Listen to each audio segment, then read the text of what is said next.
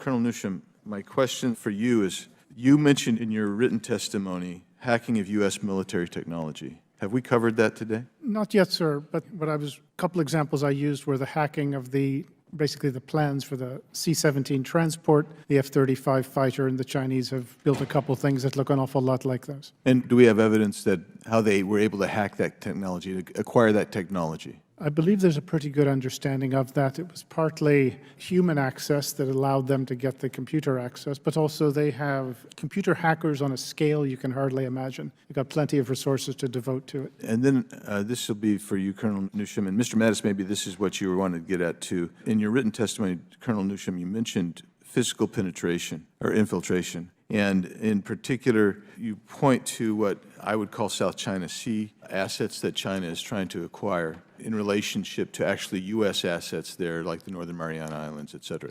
Can you want to take just a few seconds and expand on that, please? Sure. Just regards to South China Sea, the Chinese had de facto control of that at least 7 or 8 years ago, long before Ukraine ever came along. They are now going after American territories and parts of America in Commonwealth of Northern Marianas and in Guam, coming through the borders. In CNMI's case, it's with the approval of our own Department of Homeland Security, which gives visa-free access. Once they're in, they're causing all sorts of trouble. They've picked up Chinese around, wandering through the jungles around U.S. bases in Guam as well.